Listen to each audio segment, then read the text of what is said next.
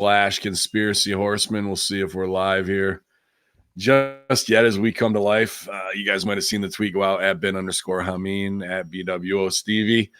You're ultra. Not now, it isn't. No, not I don't care about that anymore. This week, anyways. I think people are just getting way too burned out on it all, you guys. But we're here to do the damn thing on your Thursday morning for the Friday Locker Room Show here at hackerhamin.podbean.com exclusively. So, you chill with the feedback, infidels, because we don't need that. It's 10 o'clock, moron. Where the F your seeds at? Feel mad hostile, ran the impostle, flowing like Stevie Christ when I speak the gospel. Stroll with the holy roll, then attack the globe with the buckus style, the ruckus. 10 times 10 men committing mad sin. Turn your fucking cheek and I'll break your fucking chin. And that's how we're going to do it here with some truth and $5 face slaps today. An awesome show last night here at twitch.tv/conspiracy horseman with a franchise. So sit back, infidels, as we cover all the sheets and find out who is the king of the locker room. YOLO. Yeah, Stevie. It was a good night last night. I had a lot of fun, man. I slept well after that show. Feeling like we actually hit another milestone. It felt more like a live news show than the live news shows that you see throughout the major media. Like we were rolling and going and moving from, say, we didn't have anything really planned until during the pre-show. Billy Ray Valentine said, I'm going to be at Ground Zero, and we went live right away at 6:15. From there, we had our, back and forth, went right into the segment with Shane. I think it was one of our best flowing shows, and we did not format the show at all. We freestyle pretty much every week. We have an idea, but you had said before, everything we talk about is pretty much based on the Facebook messages back and forth. Pretty much, man. We're so fortunate. I mean, every clique has one too. I know that Billy Ray, Bello, and Strangler Steve have theirs, and I know Schaffer and Ray have theirs, but obviously in our history together of the wrestling biz and what we're seeing, those guys all send us conspiracy stuff too. I mean, it all trickles in, but that group chat is something that gets us through the day, and it is kind of the setup for our pre-production meeting, is just us being in a digital room brainstorming, saying, look at this, what do you think about this? Oh, I'm with that, I'm not with that. And we don't over talk it, because then we get the organic chat on the show. So I think it's working great for us at this point, man. I really, there might be one or two spots where there could be a stronger gear shift, and maybe that's on me to format a little better. But I think it was great conversation. People just had their socks knocked off. They know Shane Douglas is a teacher. They know he's a smart guy. But to be able to get that feeling of, you could feel it. I can feel the stink in the locker room, on the walls, on the locker, while we just sit there next to our bags, waiting to go on the semi-main event and don't have fuck all to do for an hour. That conversation would take place the exact same way. Yeah, and that's kind of stuff that should reach TV if you have a TV product, because your guys are 3-dimensional, 4-dimensional characters that you can love, hate. There's no half pregnant or half feelings when it comes to 9/11 or even conspiracy theories in general. You will elicit reaction, and in this day and age, I see it on YouTube. People will just tune in to troll. So who cares? Ratings are ratings. Right. If they tune in to hate your product every week, they're called probably the same people that write the copy that we're going to read in a little bit. I would recommend this. I said that RZA verse, chill with the feedback, Black. We don't need that. We're tired of that fucking bullshit feedback from Marks telling us this, that, and the other. Oh, you got a stat wrong in the number of people killed on the Clinton kill list. Everything in your fitness brand is bullshit. You can't be trusted. Oh, okay. Yeah. Listen, I might have gotten the number of people killed wrong, but I get the number of weeks correct in the program. So that's all you should care about. And by the way, it's still 46 more people than I've killed. Yeah. So I'm sorry. I am a failure with that too. Failure at killing people. Oh, I was going to say 46 because I thought it was 48. So I was like, you only killed 2 people? I thought you killed more people than that, Stevie. Sometimes I don't have anything on that. I've killed a lot of towns. I was going to say that. That's the default wrestler thing. I've killed a lot of towns. Yeah, what was I going to say? As far as the messaging, I know we've been trying to, because Facebook Messenger is a necessary evil. I know we have to stay on Facebook for the groups, But if you wanted to try a different messaging platform out for teams, Slack, I think, has a free option up to 5. And that's when I'm working on contracts with certain companies for social media and stuff like that. Slack is an excellent app that you can use, web-based, computer-based, mobile-based, tablet-based, and a little bit better privacy than Facebook. Where is Buddy still passed out in the corner over there? I was going to go wide here. I just wanted to see if he was in the full shot. Nope, he's not at his spot. Buddy? Oh, you mean Mia? Mia, yeah. Oh, yeah, the cat. She loves sleeping she falls asleep at 8 o'clock and just stays there on Tuesday nights. Right on, man. It's great. Yeah, and it's been 3 great days. Chat room's filling up great. Greg Mojo, our guy from Louisville, said he really enjoyed Master Shoot this week. Vince was on fire. As I had a super long day, I actually had to wake up the next day and ask Stevie, I go, were we even funny last night? I can't even remember what it was going. I was kind of running on empty, and sometimes that makes for an interesting performance, but it seemed like they liked it. And then to come off the heels of that show onto Horseman, and obviously today, I really feel creative and fulfilled this week, man. The shows are killing us, though. Yeah, but not our shows, their shows. Yeah. I say wait till Sunday when I get my ass kicked by King of the Ring, Clash of Champions, whatever it is. So what do you think the over-under is on the time with that show? Because SummerSlam was shorter, wasn't it? Wasn't SummerSlam 3.5? Yeah, but there's still 2 hours of pre-show.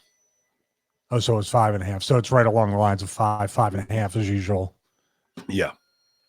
Yep, and they're gonna want to get NXT over before it goes to TV. So I might say it might even be longer than SummerSlam, to be honest with you. Well, no, there's not as many matches, and guys aren't going to pull as much time. But I think you'll be around 3.5 total. Yeah, I love cats. It's no secret. Yeah, I can't sit through the whole kitten ball. So what? I mean, I'm just saying, you have to get in and out. It's like Rogan. Rogan has that 3-hour thing, which is still like could probably be condensed down to 90 minutes if he actually had a little bit of a format or was moving people. But 3 hours for that is, and he's drawing the same ratings. Yeah. He's got it. He's got like he hits 1 million downloads in no time. I think he always has hundreds of thousands of live views, which on YouTube is amazing. So they should look, what are we saying? They should look outside the bubble and see what other people are doing and try to duplicate the success of people on the new medium. Yeah. That would solve every single problem. Pretty much, man. But nobody's going outside of that right now to take any chances. Texas Sooner, thanks for the 100-bit cheer in the chat room as it fills up. Good little house in there this morning. We appreciate all you guys at twitch.tv/conspiracy horseman blowing off work or whatever you're doing to help you get through your day.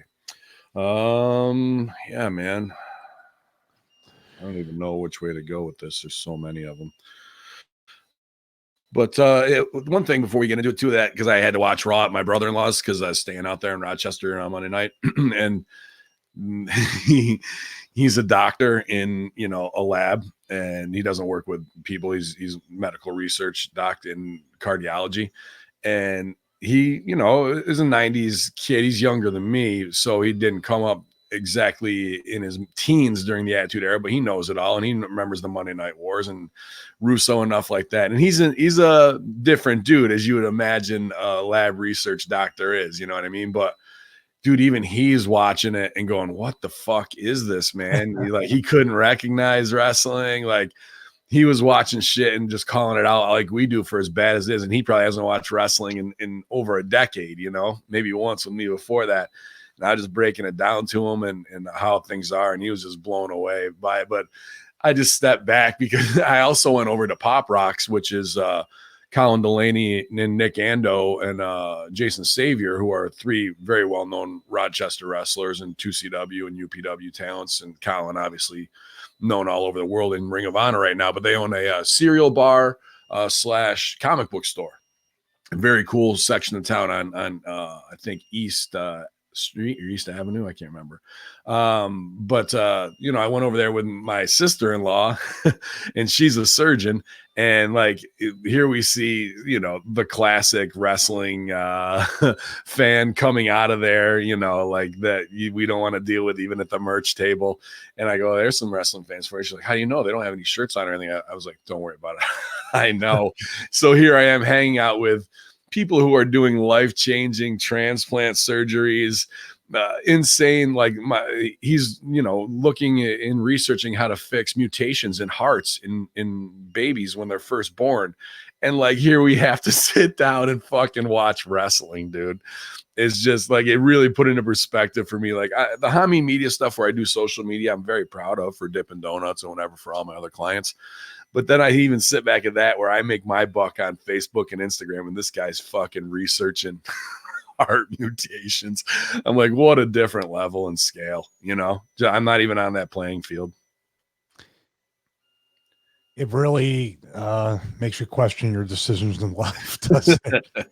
It would make a big difference. I think with that, like we're treated sort of like on the scale, like where he's on a whole different level. I'm not saying that we're like geniuses or anything like that, but I think we are in a world like, just like he can't understand our version of the wrestling world. Right. We can't understand this version of the wrestling world where there, and it might be society and the world in general, accountability. Your brother and your sister-in-law obviously understand that lives are at stake.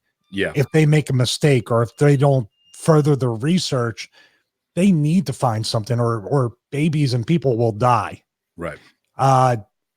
Here we're saying like, oh, good, Monday Night Football. We have another excuse to have shitty ratings.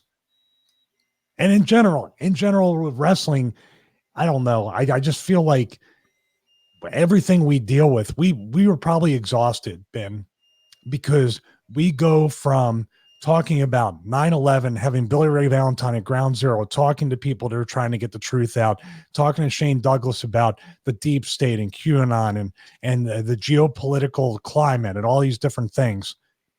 And then we have to review a Seth Rollins promo. Right, man. That's what tires us, I believe. I believe that this literally drags down to where we have to fight not to like turn like the R word that we're not allowed to say anymore. Well, yeah, I don't give a shit, man, about any of that censorship of throwback words from, you know, retard to fag when it comes to comedy punchline, dude. I don't give a fuck. Renegades. Yeah, Renegades. You like that one? I loved it. Yeah, yeah. But do you agree with that? I think we have an internal struggle of these two opposing things, and obviously the money, especially for our Russo, we get paid for that. We make money at that, and it drives our business. So it's a necessary evil. But I understand when Russo says it, he gets vilified. He gets vilified because he just wants to live a normal life. He gets vilified because he doesn't like to leave his house and hop on a plane and go to a convention where people he's open to actually have people who will never say shit to his face, by the way. Yeah. I saw his live thing with kayfabe commentaries. Nobody stepped up and said, you killed WCW. Nobody stepped up and said, you killed Owen Hart. Nobody stepped up and said, you're a homophobe or you're this or that. Nobody would ever come at him in person. That includes Cody and all them who backtracked when he used that trigger word that stuck with him ever since. And then Cody has to do the apologist thing for saying punto or puto in AAA, which is he was down in AAA and they did a thing at the end of the match where they get the puto chant, which is fag, I guess, or pussy, you know, kind of like whatever in that derogatory slang in Mexican. And Cody was in on it and getting everybody going. And then people are like, well, he can fucking call Russo out for that, but in Mexico, he can go and make fucking fun. And then he had to do the apologist thing, tweet, apologize, dive, repeat. But why can he just apologize then?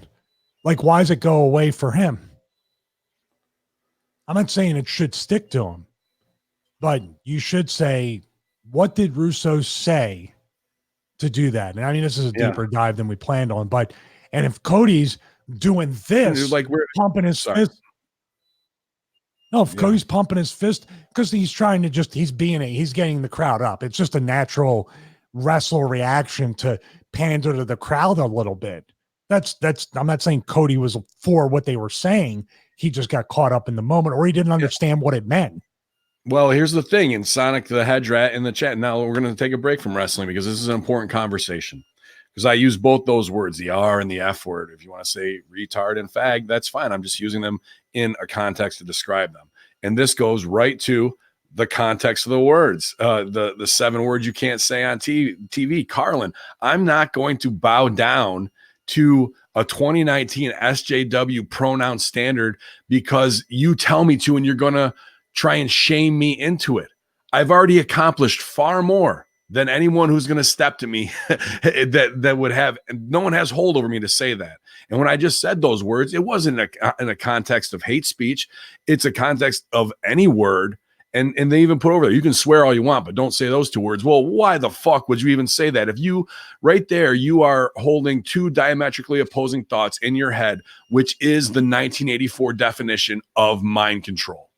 You have had your mind scrubbed. If you don't want to use a certain word or epithet, that's fine. But to say that these are banned from the lexicon for everybody because you decide as a tastemaker of what is going to trigger you in your life, no. And go back and watch the Carlin thing. That's why I said it in that it's how about you use them. If I was lashing out at somebody and saying this person is that's the context. To speak about a word when not applying it and just say you can't even say that word out loud. Wrong. You need to go back and check exactly what First Amendment rights are about, what being able to be a free thinker is about. So, that's on the English level, the moral level, on social structure commentary level of how I'm going to continue to speak and do whatever I want to do. And believe me, as much as I rap Wu-Tang, you think if I was doing it with the windows down, shouting it out as I went down the block, like there wouldn't be heat. Like, these are words. If that's what is really going to get to you, you need to take some self-inventory and see how you can become a more enlightened person. Well, the pushback on that too is George Carlin's still considered to be, if not the greatest, one of the greatest comedians of all time. And people still view his content, his YouTube videos or whatever, go up way, way, way. Chappelle's show was a great example of that cancel culture, but also the thought crime and the word crime. Yeah. Rotten Tomatoes blocking audience reviews, and they gave it a 0%. Then when they opened it up, he got 99%. Now, it probably was in the 90s anyway.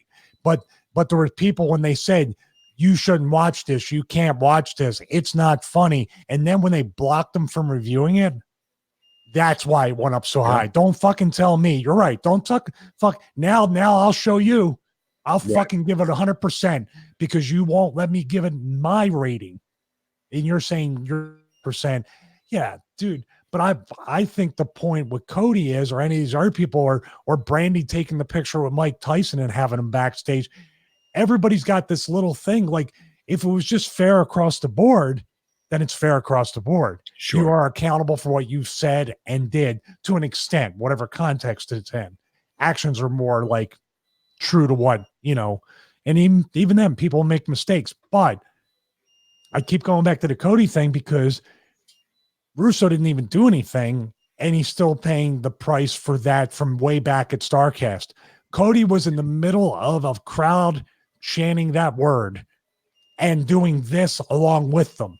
Yeah. Knowingly or unknowingly what it is, but then apologizing for it. And people say, no, we get it. That's cool. You know why? Because you're a fan of all elite wrestling. You're a fan of the elite. You're a fan of Cody.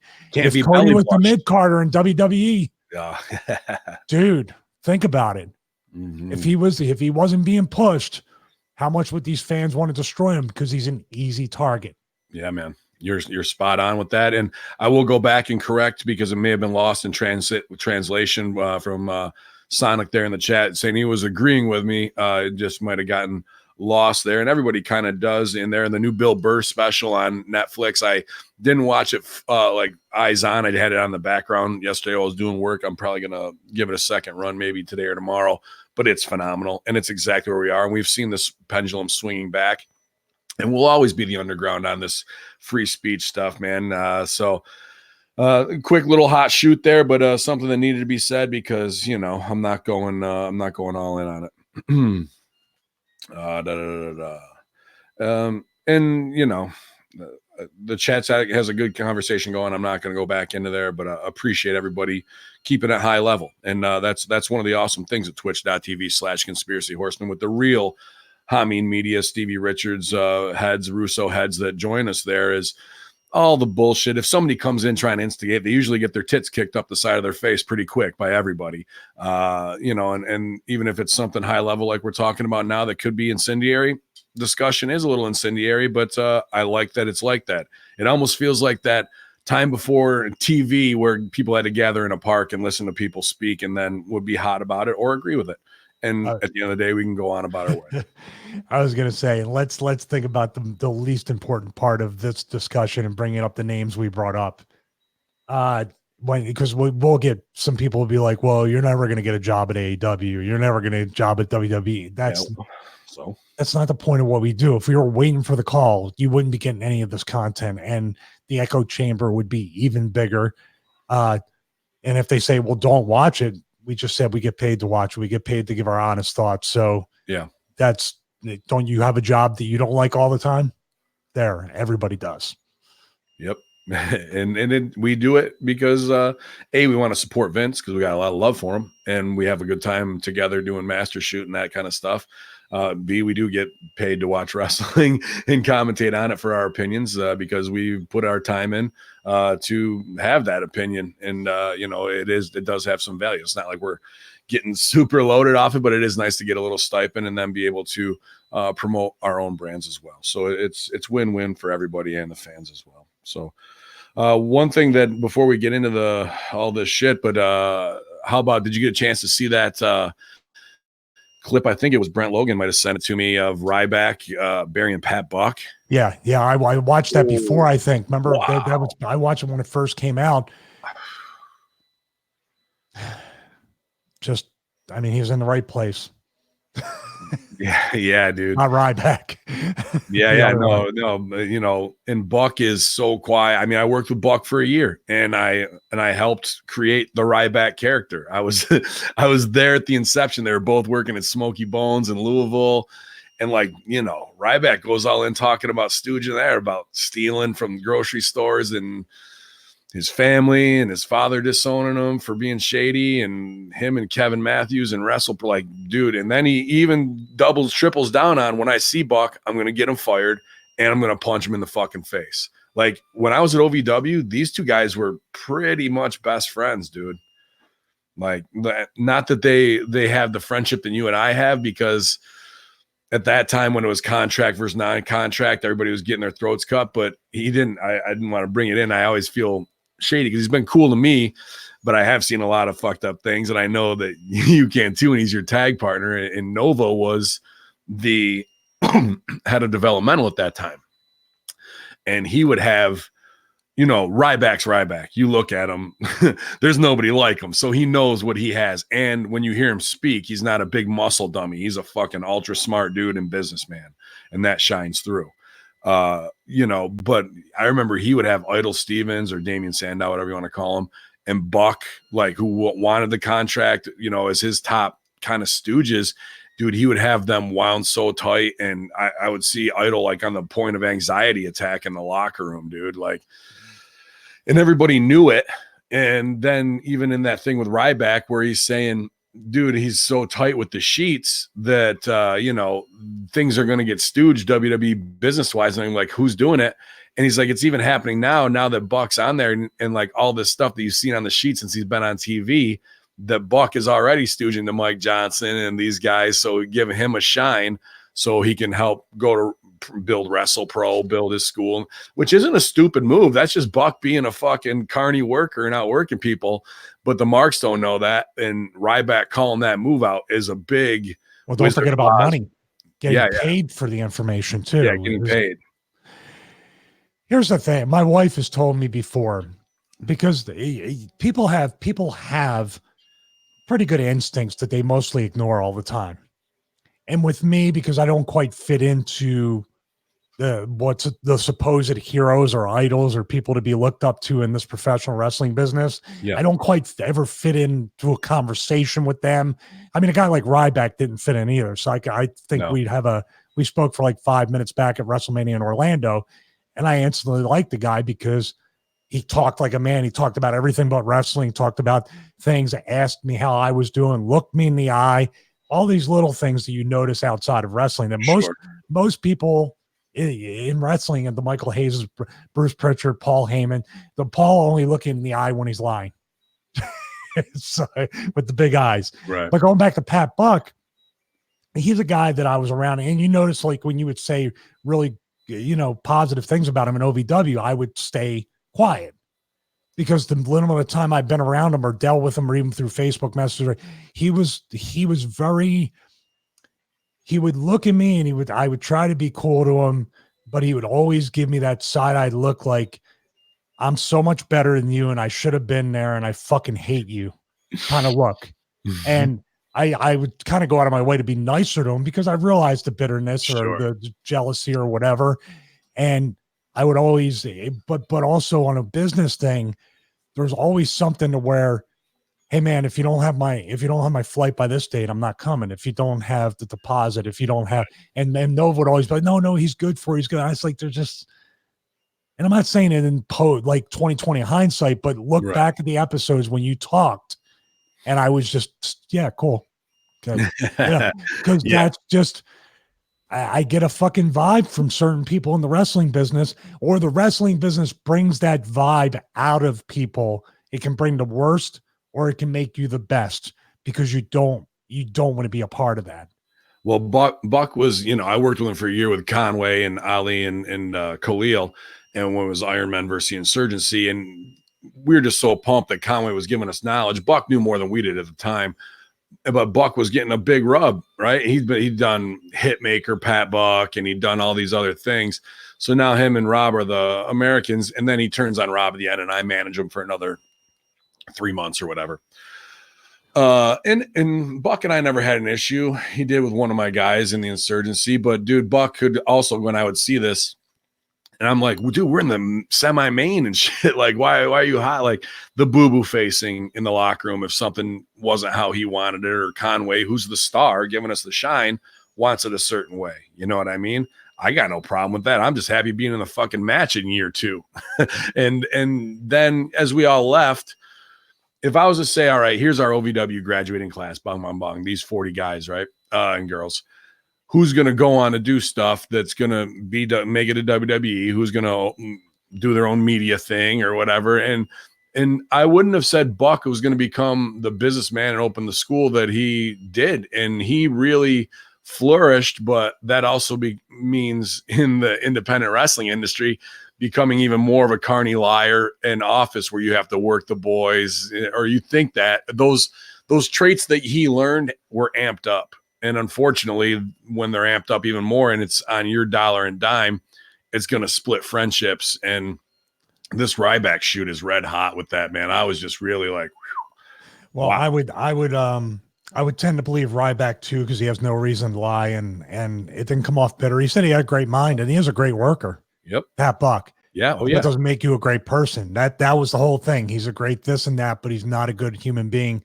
And I take Ryback at his word because he said things that should keep him out of WWE. He said things that should blacklist him because this behavior by Buck on a promoter level is not the exception of the rule. It's the actual rule. So other promoters who have those practices will probably steer clear of Ryback, or he'll expose them too. Yeah, that's what I was like. Wow, we're just going all in on the biz here, like on a dude. So that I don't think Ryback's like, I'm going to bury everybody, but there's that bad blood came through, and I was just like, I wonder how deep he's going to go. And then he went deeper and deeper and deeper. So if you want a serious 13, 16-minute shoot, I think it is in there, man, that's one to look up. Just on and one point on my side of it, the thing with him too, I think because he was like, I want to be the motivational speaker and all this stuff, but if you fucking wrong me, and I think what he did there was good for him, because we tend to, and I especially tend to internalize a lot of things because we're like, oh, I gotta bite our lip because that's not like it's almost like the word or thought crime. Where what Ryback did there was an exercise in, first of all, expelling all that poison out of his body and his mind. And then the closure he needed to know, I said my piece, I'm done with it. I don't think he's going to go on a weekly rant about it. No. It's done. But he ended it with, hey, dude, I'm just telling you right now, I'm going to try to get you fired. And especially if I go there, I'm going to try to get you fired and I'm going to fucking beat your ass. And he texted this to him first. So it wasn't like an exclusive thing. He told him via text, this is the way it is. This is the way it's going to be. That's the real man. Enjoy your time there. And this is what the wrestling business can breed, from friendships, makeups to breakups, animosity. And why Cornette hates Russo when 90% of the time they're saying the exact same fucking thing. So definitely an interesting shoot. Stevie, it's time for copy. Fucking get people fired and beat their ass now. It sounds extra shitty this week. Dude, I'm gonna kick you right. I'm gonna kick your tits right up the side of your face with the first one. Stephanie McMahon receives Titan Awards. Stephanie McMahon was recently honored at the 2019 Worlds, a global summit for business and cultural icons. There, she was awarded with a Titan Award for her work as Chief Brand Officer for WWE. As the WWE continues to climb in the charts and reach new heights, McMahon will only continue to be awarded as she helps transition the company into a new era filled with new superstars. You can check it out at WWE PR, where pictures are posted of Stephanie with her new award. I don't know what it is. When you read her name, my eyes become a more icy blue, which she has complimented me on, by the way, in the past, pre-marriage. Dude, the second I heard Titan Award, first of all, I go, huh? What the fuck is a Titan Award? Number two, I went right to remember the Tom Cruise Scientology Award where they made this big event to give him the big, look like a gold plate around his neck? Yeah. It's like just an award that they bought previously. Yeah. Like the WWE bought this award. It's as valuable as the Dundies are, man. Like that, I've worked in plenty of marketing agencies downtown Chicago. I worked at this one when I first started, Flair agency. And the guy was so obsessed with awards because during a time in the 80s, it was like, oh, your agency has how many of these awards? He would throw $200,000 just at pitch campaigns that weren't ever going to make it to air or even be pitched to the client to put up for awards that would win. And he would pay the fees and then just win the award. He'd pay $200,000 for a trophy to sit on the wall in case a multi-million-dollar client came in and saw it there, dude. And I'm talking no less than 200 of those. Wow. But he knows there's marks out there that'll fucking buy it. I don't know, though, because I never saw in my year that I worked there convert anybody. I think it just became some Scrooge McDuck crazy fucked up thing. But whether it's Muscle and Fitness magazine where they're buying the cover for Vince for that, or this, a made-up award from Ad Age or whatever, advertising marketing thing that keeps flourishing these brand value people where they can make a award show and now have advertisers come up and people can network. That's all it is. And all she is a money draw for autograph signings. Who's really being like, oh, keynote speaker Steph, what's going on here? Well, here's what you do. You go get a bunch of cancer kids and then you take your leukemia guy and you shoot a empathy commercial and exploit them and march them all over. Like, what else do you do? You go to Saudi Arabia, who are war criminals, and, don't hold them accountable, but be a front loading PR machine for the $181 billion weapons deal we're doing with them. Okay, that's a good business plan. What else do you do? You lie to a major media organization to sell your show about the ratings you could or possibly will draw with them. And then as Rome burns around you, just have a big smile on your face and hold up these golden awards. Is that not the overview of the last year of the marketing and philanthropy? Yeah, sounds like it. Do you have copy on, speaking of muscle and fitness covers? Yeah. Did you see that piece? The photographer with the phony, like, I like to shoot people that are fun. Oh yeah, the fucking money has nothing to do with it. Did you see that piece? No, I didn't see that. I sent it to you guys from the website. It was No, Becky and Seth were doing their couples workout. Oh yeah. And the photographer talked like they were the fucking Brad and Angelina of W. Like, these are so much. And I was looking at my wife. My wife is great because I have to apologize because I've turned her into me. So like when I see something I don't like, when I see, I've just, our couples workout is slightly different than like do one more set. No, fuck you. And walks away. That's get a picture of that. That's fun. So I watch it and she watched it. And as she's watching it, you know how I watch some things and I just look and I go, oh, fuck you. Like I cursed the phone. That's what she did when she saw that. Fuck you. So what triggered her to say it? The actual thing, because to give you a little background, she was my biggest supporter of starting Stevie Richards Fitness. Yeah. So she was like, you need to get a photo shoot. We need to have something outside of the home gym. And she was just saying, like, we just need something like they have in a gym or outdoors. And we need a professional photographer. Let's do it right the first time. Oh, it was that clip is what made her give the yes, because she contacted somebody that used to do photography for Muscle and Fitness, or maybe still kind of contracted. Right. And he sent her tears of what goes into the magazine, like as far as your product placement with the photo. Right. So it would be an article or a blog post or whatever. But, DDPO did it with the local magazine. It charged them $11,000 to do this many articles in the magazine over a few months.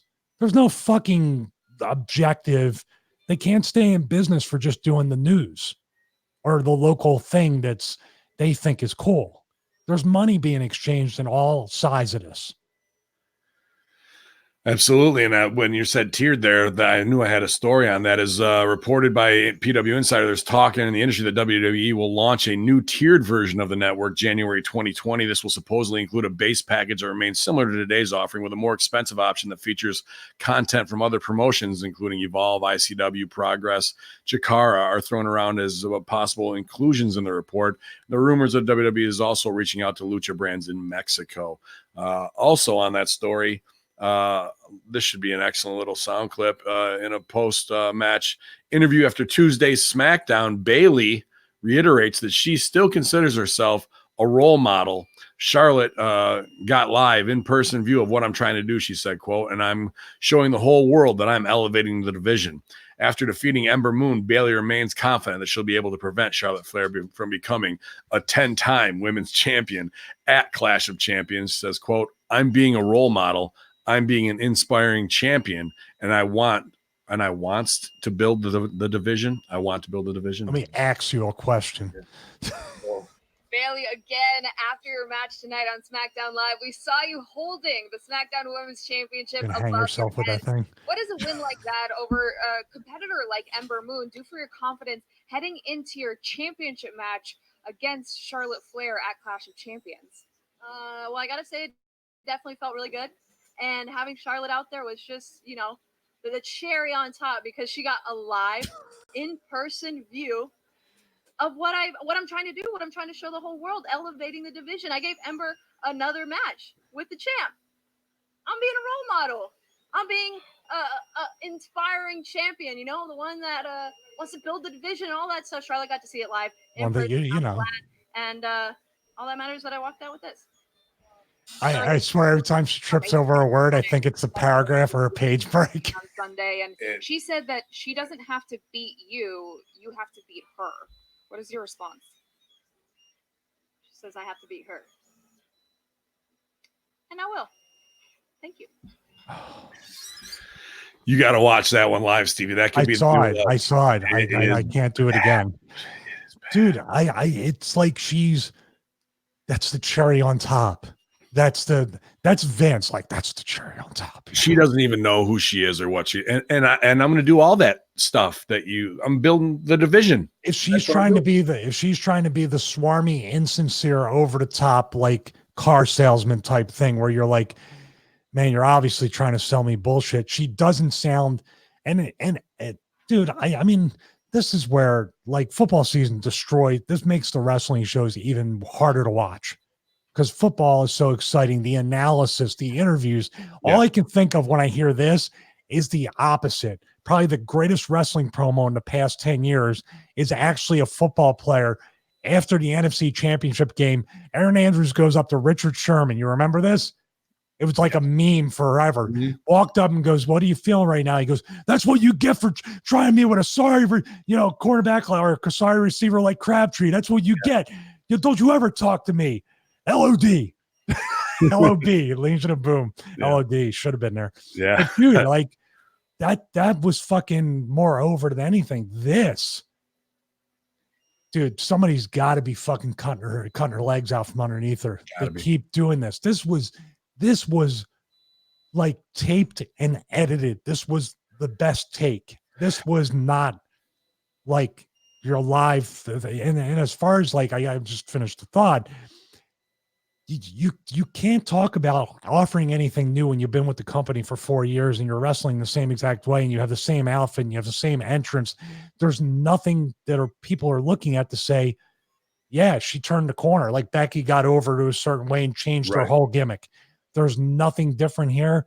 And what they're going to do, man, they're going to do a double turn. Charlotte's going to be cheered. She's going to be booed, but she's not going to have any heat. So she's going to be completely like just fucked. Yep. Do you agree? I mean, that's a long. Yeah, no, I think she'll go over. I think Charlotte's going to go over strong on her because this whole thing has been a rib on Bayley. There's no way anybody is looking at that in production going, "We nailed it. That's exactly what we wanted from her."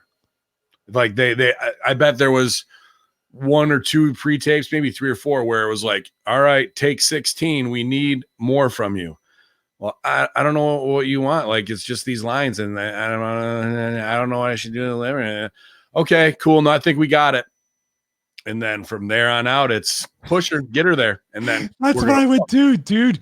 I would have her on TV as the worst promo ever, as most insincere. Like I'd be showing her, she's probably like complaining or doing something. I would keep it rolling. Yep. Like, hey, I think that's all. Like in the middle of it, like she says 5 words and be like, "Yeah, we got it. That's it." And be like, and she just becomes like we'd start trying to poke her and prod her to become a fucking bitch, and we just keep rolling it.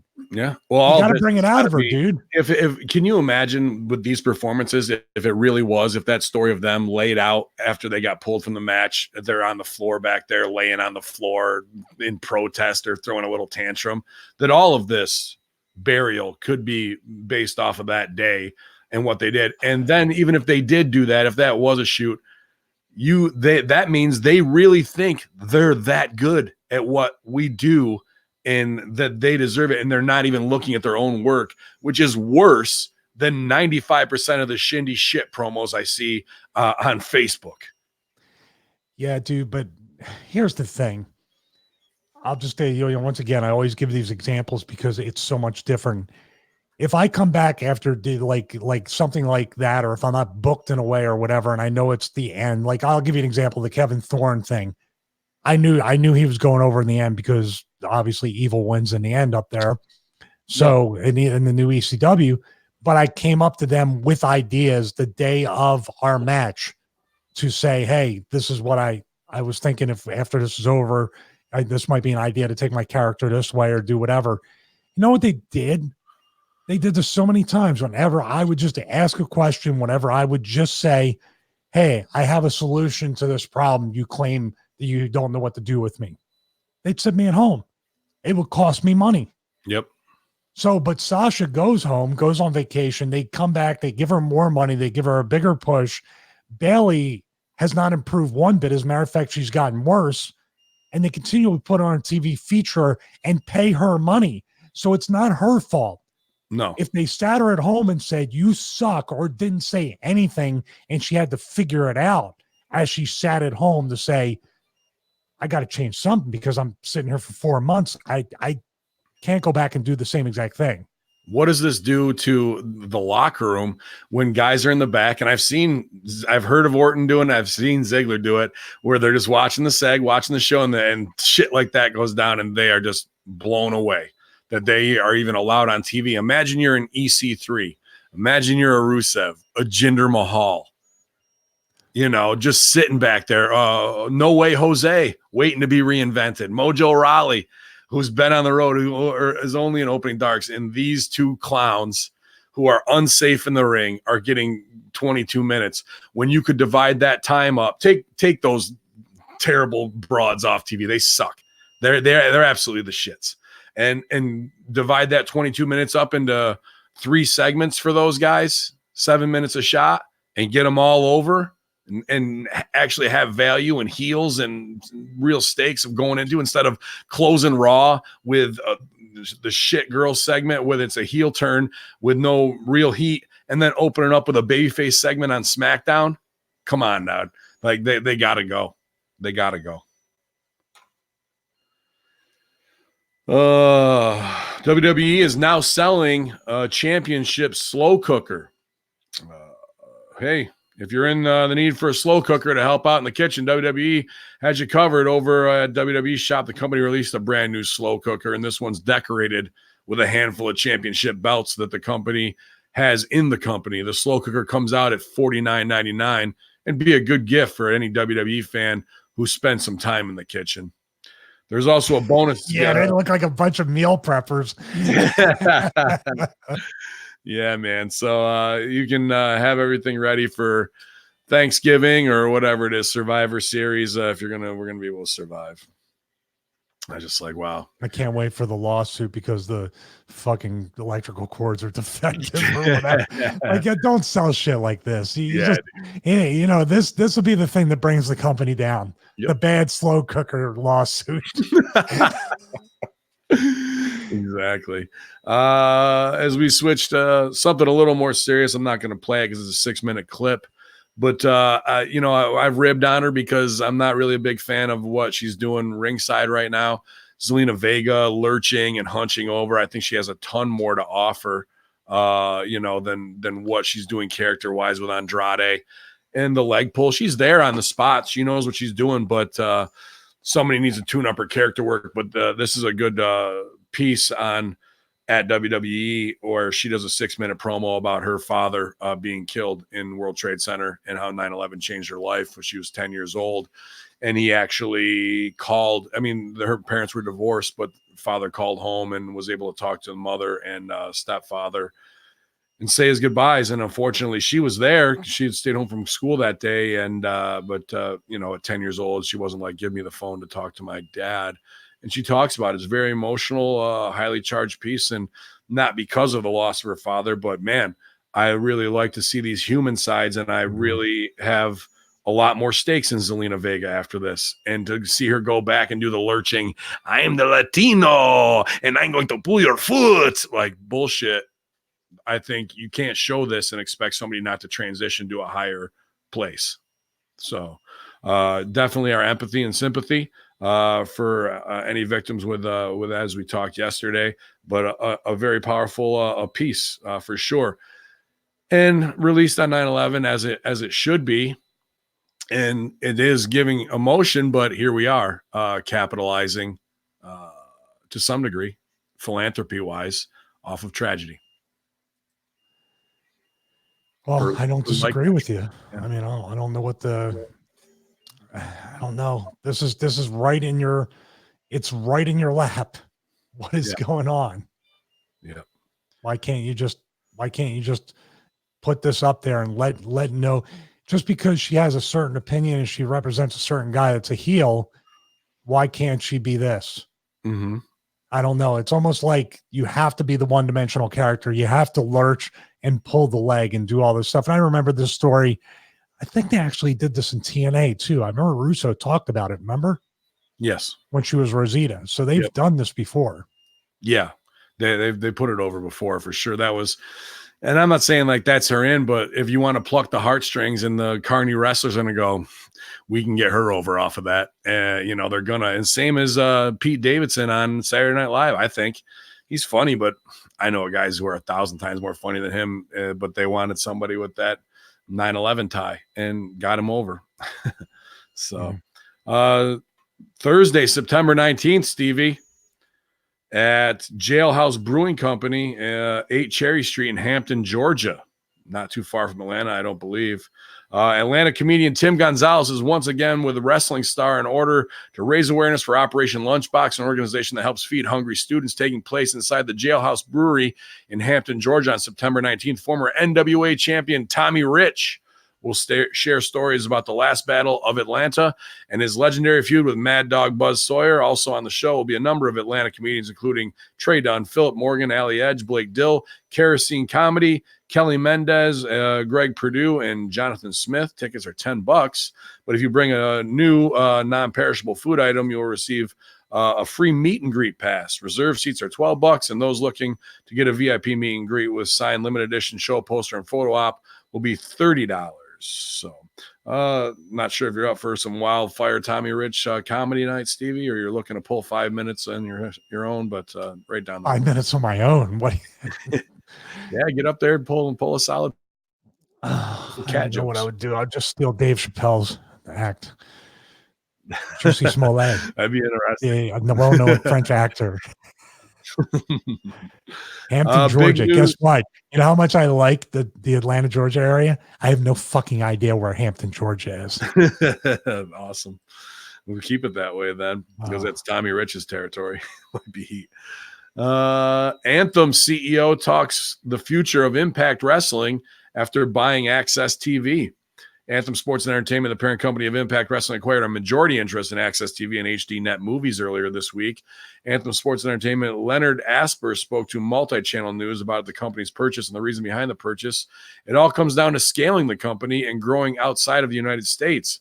Well, they're based in Canada. So we've been looking for acquisition for some time to grow and scale and do what everybody else in the media business is doing. Asper said, we're looking for things that serve passionate communities, can transform to digital media companies, and have no geographical limitations on them. I like that. We were talking about the content relationship with them based on some other things that we do, wrestling and esports and fantasy sports, and that led to this deal. Asper said there was no investment bank hired or a process at all. This was discussion that came out of the relationship we were developing with them. Asper says the large video catalog the company has played a major role in them buying Impact back in 2017. Many believe Impact will start to air on AXS TV as part of this deal. That's a very important part of our growth plan, owning content. We believe owning the content and putting it in on our own channels, but also having it on other people's platforms as well. I call that untethered vertical integration. Wow, that is some serious marketing terminology. Stevie, I think we should pitch and get shot down to AXS TV. But I also saw big layoffs this week at AXS. So as they say these words of scaling the company and growing outside of the U.S., untethered vertical integration means we will hire people to work remotely, and our base system of major media conglomerate with a huge office will be slashed by probably 40% work rate, and we will hire outside producers and piecemeal it together. Yeah. And they'll all be just underneath the tier where you can get benefits and all sorts of stuff like that. So I have a lot of part-time contractors or independents that they can write off and do all that stuff. This has to on just it's connected, but not on a one-to-one basis. But don't you think this would stick in the craw of the Impact talent that's not getting paid a living wage? Wouldn't you think the Killer Crosses of the world would be like, you don't have money to pay me for one of your like supposedly flagship products, but you're going out and acquiring the stuff. So, and you won't let me go anywhere else and make a living, but you're doing all this stuff for the cameras, so to say. Yep. I would be pissed off. It's kind of a fuck you to the talent. Well, this is where guys need for Wall Street. This is where the guys and girls need to just say, we're not going out there tonight. So we're going to form a union. Maybe not across the board, but this company, this roster, we're going to unionize. Yep. And if you aren't going to have tapings tonight, you're not going to have anything. They're doing Killer Cross chants like they were doing CM Punk chants after he was gone now. There's only 100 people doing it. Right. But still, I mean, not for him, for them. Right. That's if you had Killer Cross and people like that, and you build them up, and you kept Lashley and American Top Team, and you kept the what's his name? Fucking Eli Drake, and kept him hot. If you had these guys, if you kept, John Morrison to a certain extent, he went back to the X division. There's a whole bunch of things that are confusing. And you mixed it with what you have. If you protected Brian Cage's health and you had all these guys, it's like, holy shit, these guys are all fucking Braun Strowman size. And these smaller guys work better than the fucking Seth Rollins guy. Like they would have everything, but they got no, they got penny wise and pound foolish. And now they're really it's almost like they're money marks buying things just to get them. Yeah. I don't think they have a real plan. Reset. They've got to reset and build all these guys. Not that Ethan Page or Mr. Canada and those guys can't be stars. They can be. But you had Moose at a certain level. You had Fala at a certain level. You had, like you said, Johnny Moe, Cage, and ready to go. And you're letting these guys go. LAX, you're letting them go instead of spending the minimal amount, an extra 200 to 300,000 as you're acquiring these other properties that are going to give you a big kickoff on Access. Now you got to start building stars all over again from square one because you didn't do, you did the bad business on the back end and you're getting buried by Cross in your main demographic of fans who want to see him on your product and you're still saying no. And then the story comes out about gigging and things like that and refusing to do this, asking him to do extra work when they're not even getting his paycheck, right? And then they want to make it like it's his fucking fault. No way. So once, hey, ¿cómo está, amigo? Come. Yeah. Well, the thing with he's mad too about Killer Cross. He's fat. he's revving up the weed whacker. And he heard about Cody and and AAA. He's coming through. He goes, what? And chanting. Yeah. But the thing with this is, and this is a cycle that TNA to Impact or whatever they're going to call it from this point on, because I'm smelling a rebrand on AXS that they may change the color. Who knows? Yeah. But you say, okay, this is how much we want to budget this year. Man, these guys are really getting over. They want more money. Let's see who's out there who's cheaper. Let's go to the indies. Let's say we're taking the TV on the road and let's use the local indie guys. That's why we have Demore. That's why we're going to Vegas. That's why we did WrestlePro. Let's see if we can piggyback, because then they have to pay them, or maybe they can say it's good for exposure. Then nobody has to pay them. Am I off base with any of this? Well, no, but yes. Because here's the follow-up. Rob Van Dam's Impact contract set to expire in January. RVD sat down with Wrestle Stink podcast to discuss the fruitful relationship with Impact. Van Dam rejoined the promotion earlier this year after leaving in 2013. During the interview, Van Dam mentioned that his contract with the company is up in January. It's also always possible that Van Dam resigns with the company. He described himself as a premium wrestler that not everyone can bring aboard, that demands a high price to keep his schedule manageable. Van Dam had nothing but nice things to say about Impact locker room after feeling that his last tenure saw too much backstage competition. Yeah, dude, RVD is 10 large, when we brought him in to face Sammy. And that there it is. So what if Cross, who, not that he has the legacy that RVD is, but he's your hottest property, one of the hottest properties in wrestling, you got him. And what if he's making a 10th of what Rob is, and he knows it, even if he's making a 5th of what Rob's get is, and he's the guy who's really coming back. Rob's going to give you a great match, the nostalgia pop, but he's not your base of what Impact was made on, even though he'd been champ and been there before. Rob Van Dam's already going to be Mr. ECW, Mr. Monday Night, right? So the underground buzz with Rob is gone. Killer Cross has a ton of underground buzz. Sure. Tons. So why I don't think he's even getting paid 1/10, dude. I think he's getting paid like a $500 a night thing. Yeah, I think so too. Yeah. I didn't want to go that low, but I would say that he might have even gotten $250 when he first started because of exposure. Now here's the other side of the coin. I'm off base because you always throw in the wild card. Yeah, that they're marks. Mm-hmm. They're fucking marks. So don't be a businessman with that and then turn around. And what that does is that just creates a bad locker room. because you're parody, you know, guys are going to get paid more than this and that, but you're not going to get rewarded for hard work because, I mean, this is right. And they probably said that right to him. He's a man enough to go up and say, hey, why is Rob, I don't care about Rob getting his money, but if he's getting that, why am I not getting like something fair? Well, Sure. you're not Rob Van Dam. Well, that's not a real fucking answer because I'm your top guy. You need to invest in me.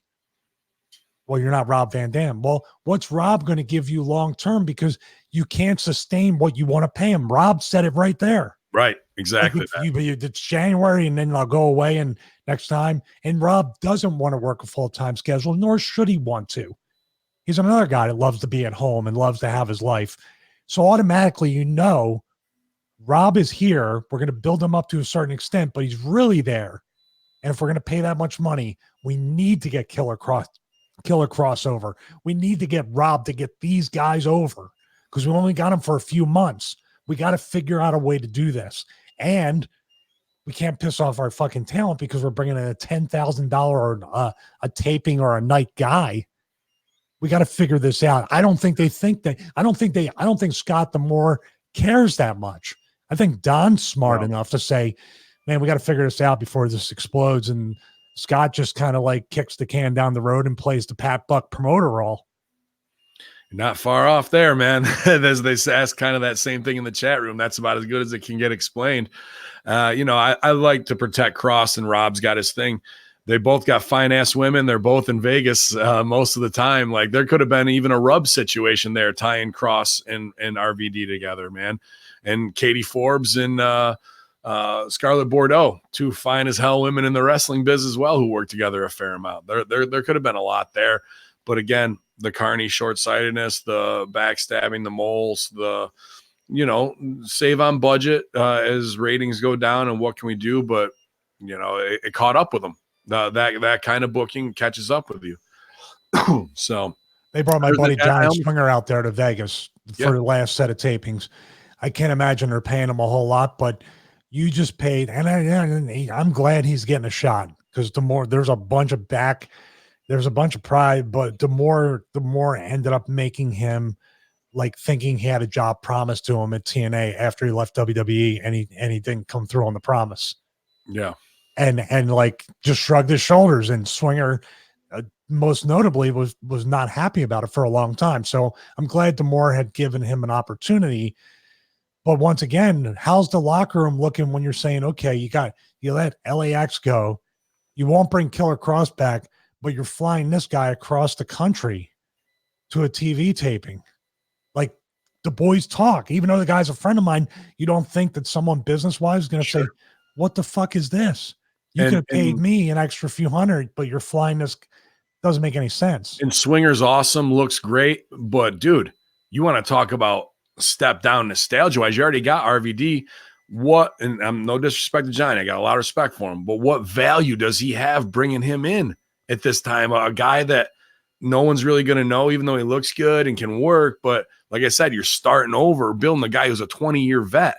Like reintroducing him to TV, it's just not going to work, dude.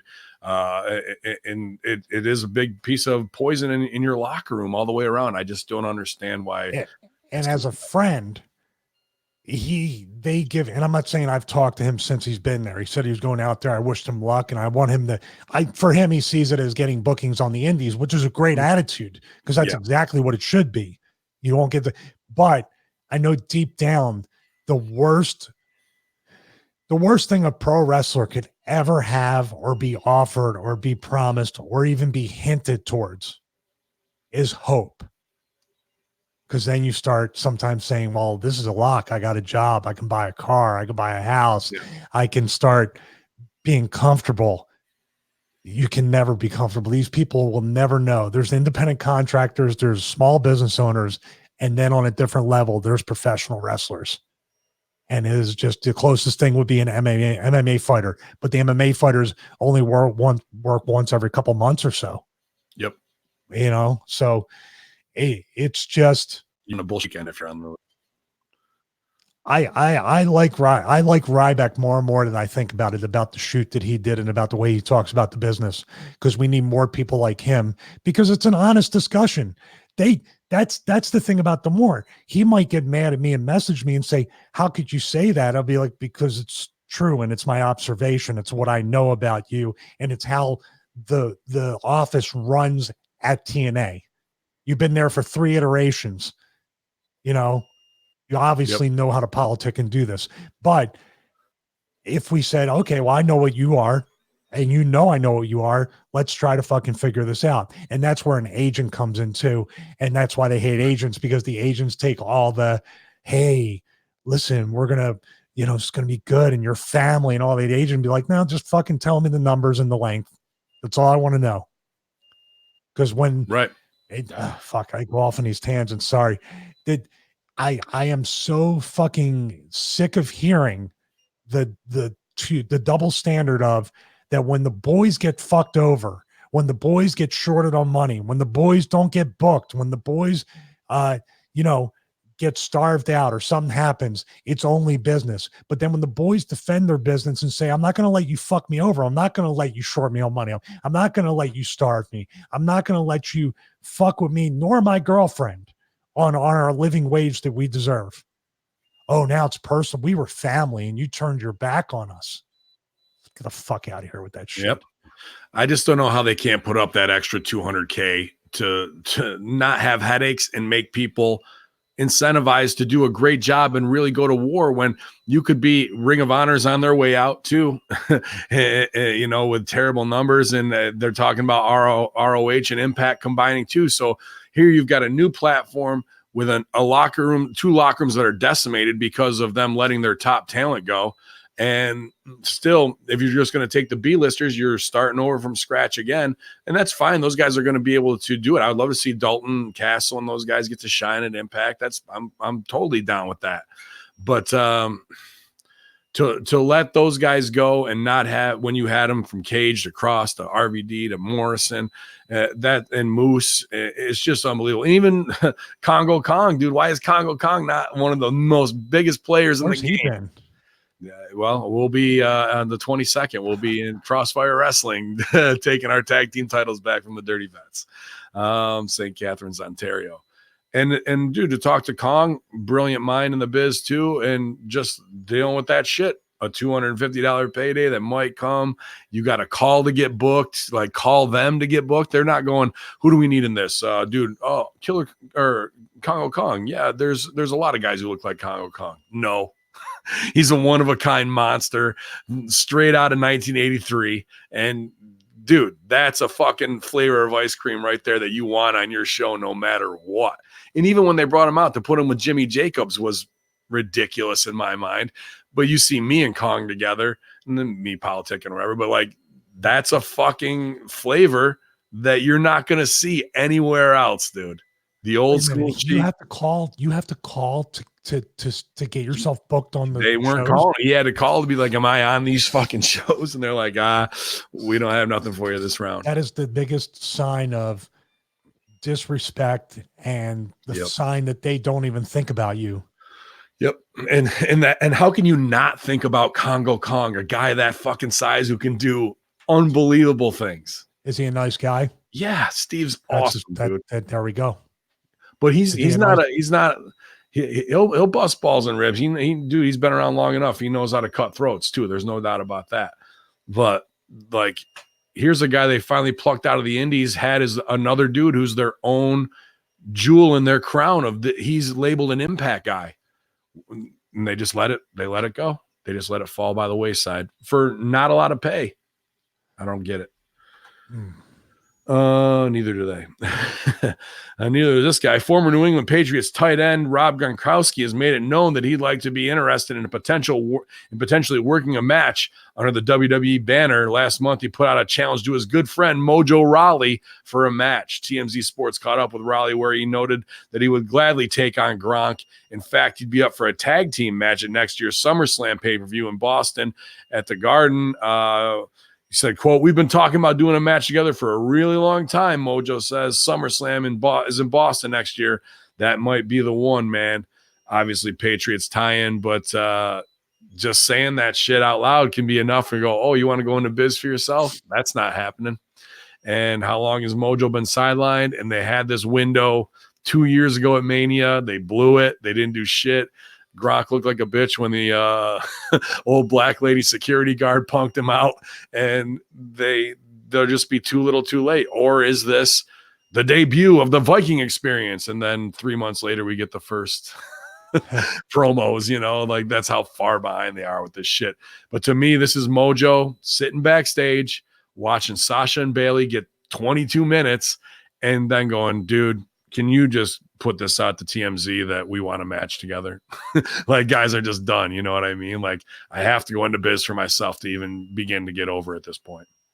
And I'll use my NFL connections if I have to. I think it's the opposite way. I think if he would have pulled that out, it would have been after the Mania stuff. Those guys are really good friends. Yeah. I think it might be more Gronk wanting to help him out, because I have short conversations with both of them and his family, Gronk Fitness. I have some association with them. And, Mojo's got a great attitude. And Mojo's just trying to do what he's trying to do. I don't see him going to Gronk and saying, hey, man, can you do this? I see Gronk wanting to have the one match just to get a taste for it. And they would be smart to make it. They'd be smart to make it WrestleMania. It's coming off the heels of probably him. Chances are coming back to the Patriots, especially with Antonio Brown having the problems that he's having currently. Yeah. And winning another Super Bowl. And now you have a Super Bowl champion. That's and I would even if I could fucking do it, if I could do it, I would have somebody, as he's leaving the Super Bowl and going up the tunnel, have the fucking heels jump him at the fucking Super Bowl.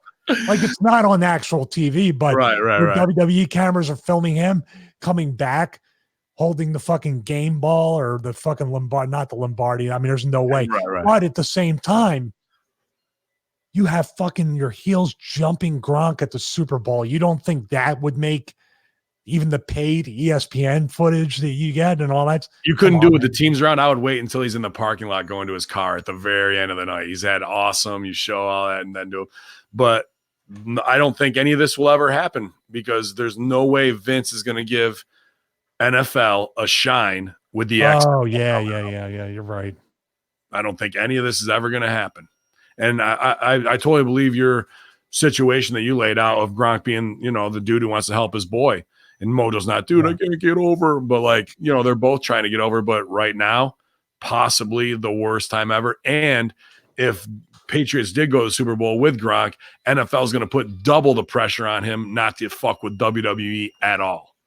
But he might retire after that. I agree that he but in the greater scheme of things, when you compare a phony wrestling match for your buddy to a championship, again, we see it as one way, but I think one will completely X out the other. They will not give WWE a shine off the Super Bowl going to head with them. I take part of that back about him retiring. I put an asterisk next to that. You know why? Because there's a bigger issue here with the NFL. And I think there's a big issue with wrestling too, concerning CBD, marijuana, and stuff like that. If they let him treat his pain with CBD or marijuana, and they open up the marijuana stuff to not be part of the drugs that you get suspended for, the length of the time that these players will play will be longer. Because that was his big complaint, that the pain and the way he felt and the energy level, and he started taking CBD oil and he's already feeling better. If they don't let him take that, he's right back where he started. The guy's been hurt every single year. But I do tell you, Rob, and I told your brother on the phone, do not become a full-time wrestler. Do not go on house shows like Ronda Rousey did. Work your one match a year or two match. Just be that special attraction, because the bloom will come off the rose and you're going to find yourself hurt in fucking Wichita, Kansas on a Saturday night while it's snowing. Go, what the fuck? Right? 100%, dude. 100% you will. I think we talked about this last week. I'll just breeze over it again quickly. Major changes to Raw and SmackDown creative teams. There's been some shakeups for Raw and SmackDown ahead of SmackDown going live on Fox in October. SmackDown side of things, lead writer Ryan Ward is off the team, at least for now, after asking for some time off from the company. That's not what we read last week. That he was back again. You cut off for a second. Ryan Ward is off the team, at least for now, after asking for time off from the company. But last week it was said that he was put on that. So asking or put, we've got a little John Bolton situation here. This week's show was written by Vince McMahon on Monday and Tuesday afternoon, which isn't unusual, as reports of McMahon tearing up the script have become somewhat commonplace. To replace him, WWE's Vice President of Creative Writing, Ed Koskey, has been moved to SmackDown side. Will be working directly with Bischoff going forward. Jonathan Bakestrom, who has been head writer for 205 Live for the last 3 years, will take over as head writer for the Raw brand, working with Hamin. Wow. This has been noted, but it bears repeating because of the nature of the talent appearing on both brands. Raw and SmackDown have been largely similar, interchangeable shows. The writing teams have also had to remain fluid. Yeah, sure. However, the plan is to hold a new WWE draft in October after SmackDown moves to Fox. At that point, writing teams will, as well as rosters, will be kept apart with different visions for each show. Theoretically, I read this already, I think, last week. Sorry. That's okay. It hurts just as much. If you didn't hear it, now you know. This is. You think that moving some pieces across the chessboard are gonna fucking be a Band-Aid on a broken leg? Absolutely not, dude. They all gotta go. You got to clean house. All 27 of them. All your upper echelon yes men. I'd say 60% of your producers. They all got to go. Let's ask Pat Buck what's going on. Hey, Koski's been there. Koski's been there since I was there. Dude, I interviewed with him in 2008. He's been there 18 years, right? Yep. Way too long to be writing on any TV show. How many TV writers out there? Even Seinfeld didn't last that long with their writers, and one of the writers was the star of the show. and it's been a 15-year decline, steady decline. Whose shoulders do you put that on?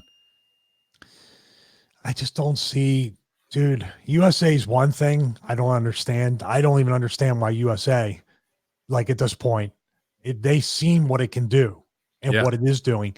Fox has they've canceled shows that are much better on a whim. Didn't they try to cancel Orville before? Yeah, and what Batman? Don't get me started on Gotham. Fucking Gotham was awesome in the way. It's like what that's what I mean. These shows are good and get canceled after like 4 or 5 years or one season. I just don't get how. And also, Family Guy got canceled and came back, right? So Family Guy. They're like South Park. They're writing during that week and animating for the current events. They can't get this right on these shows. You gotta be up to date and then animate. Like they can't even get the promo right on anything that we're doing, which takes 20 seconds to shoot. But what do you think is let's ask the question. I think everybody in their mind who works a job, who works an hour, I don't think anybody we have doesn't have a day filled up with stuff. Imagine if you did a full-time job and it looked like at the end of the week that you did nothing. How frustrating would that be? How long would you last 18 years at that job? He just would need to be broken down. Even in 2008, he was a young man, younger man though, as we all were then, full head of gray hair, dude. You could just tell it had already beaten it since 2000. Exactly, Mr. Olympia, but yeah. But still, a guy who shouldn't look like that. He's younger than me. Yeah, based on the stress of what it really takes, man. And he was super nice to me. Jurwitz came in. Hi, how are you? Sat down for 2 minutes. Got a text. Super nice. Yeah, Koski was to me just in that. No, Koski's nice. The other one. No, then Jurwitz just looked at his phone. He's like, I got to go, and walked out of the meeting. I was like, okay. Good to meet you. Yeah, your instincts are, once again, don't avoid them. No. I asked a question, like I said, it's got to be extremely frustrating. Now, if it were me and you and Vince, we'd be like, this motherfucker rewrites the show on Monday. Let's start ribbing them. And we'd write fucking aliens, and we'd be like, let's go to Area 51 and run a live Raw there. Like, I would just come up with, you're going to fucking rewrite it anyway. So why don't we just entertain ourselves? And you know what would happen? more stuff would probably go through. Oh yeah, I wouldn't doubt it. Yeah, let's do a show at Area 51. Like, yeah, it's easy to get in there. That would be good. There's a good one for you. I'm sure you're going to love this copy. Sasha Banks comments on her recent break from WWE. Once I heard Sasha Banks comments, I was like, no, can't do it. Sasha Banks recently spoke with WFNZ Sports Radio, and she promoted WWE Clash of Champions, discussing her recent break from the company. Blow her some highlights. The legit boss will take on Becky Lynch for the Raw Women's Championship on Sunday. Clash of Champions spoke about how she may have taken a break, but now she's back and better than ever. Quote, I've been doing this for 7 years straight, no breaks, she explained. People need to step back and reevaluate their lives, take care of their souls, their minds. I'm back and I'm better than ever. And I got myself a championship match on Sunday. So I think I did quite well for myself, right? Everybody's talking about Sasha Banks, and that's what I was born to do. I'm a star. I'm a main eventer. I'm a headliner. I'm making money, and I'm making my moves, period. Well, I'm glad she finally got that dusted off that old NXT rehearsal promo. Thought about. It's so cliche. Like they speak like old people, dude. I can't get past that. Because they were top. I'm better. All right. If you're backed and better than ever, what changed besides your blue hair? Because Matt Morgan's not happy about the blueprint thing. I keep messaging him on Instagram. You want to answer me? I was like, does Sasha know you're using her name? He won't answer. He's just no selling me. I'll just keep fighting him every day. Let's talk about the cookie cutter promo real quick, because I think about it, and it is what it is. But Matt Bloom, a great promo. Norman Smiley, a great promo.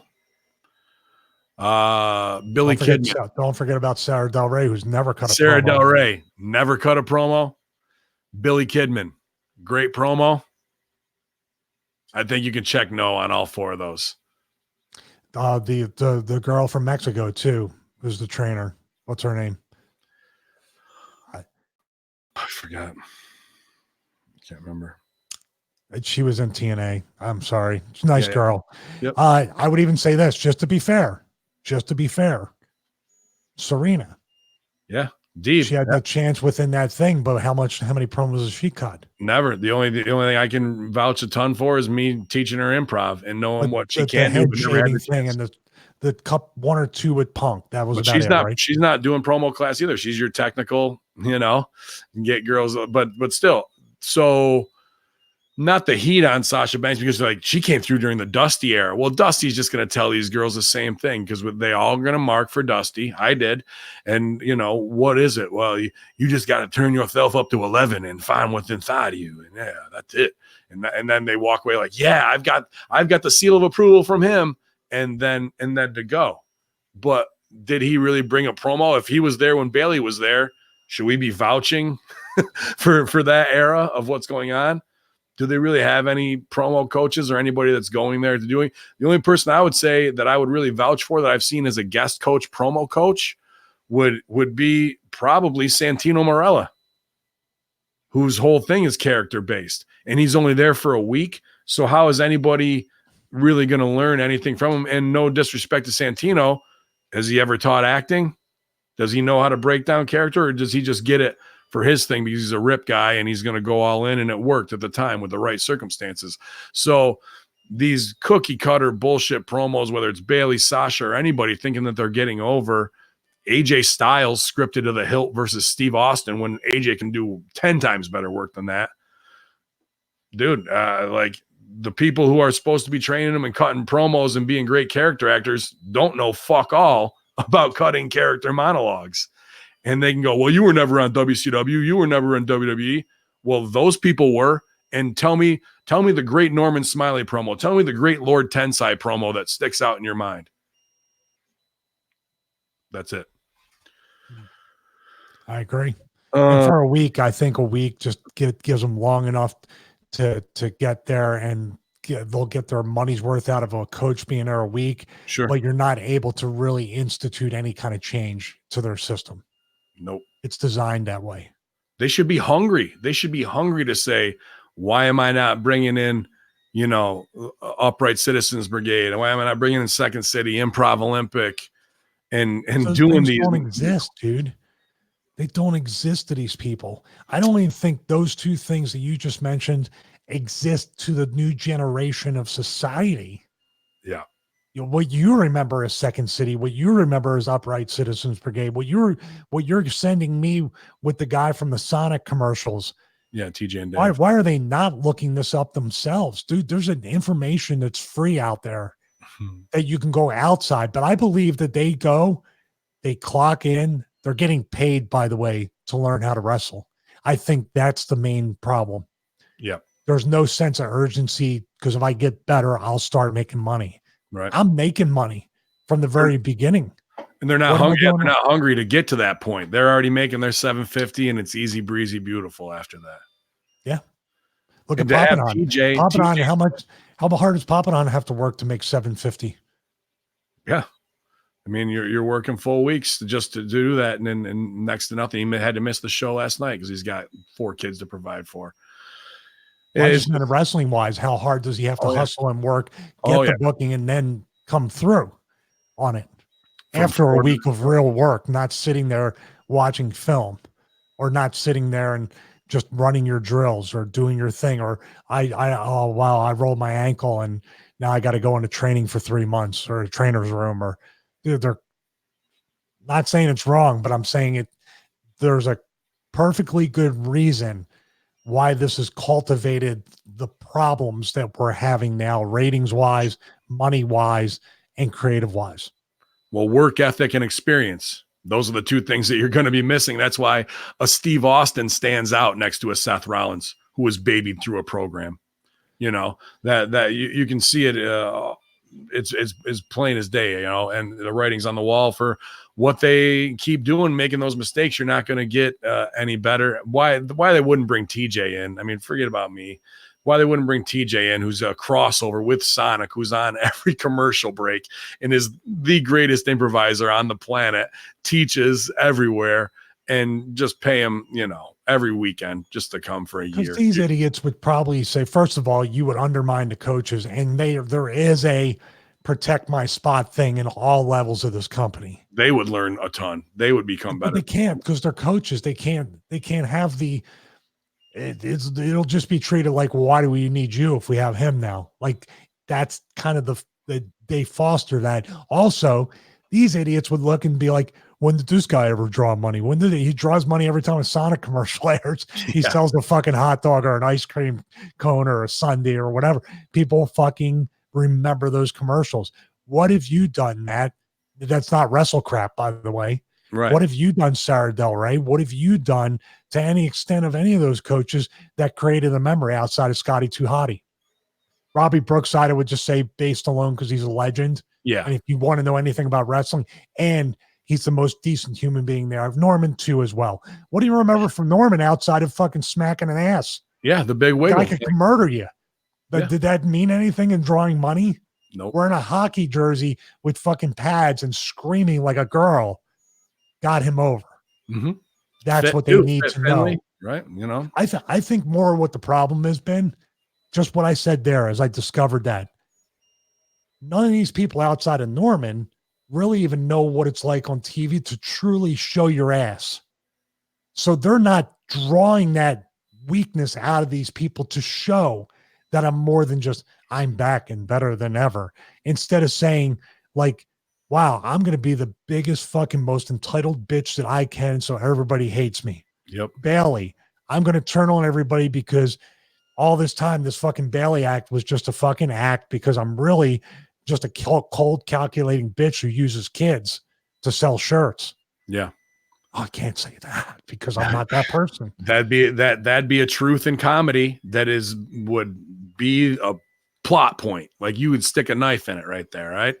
And those are the juicy details that improv would absolutely bring out if they had those reps in there. You said that with Norman showing ass. And one of the first things I remember being in my apartment, me, Jamin, Serena, APOC, and I'm teaching them improv.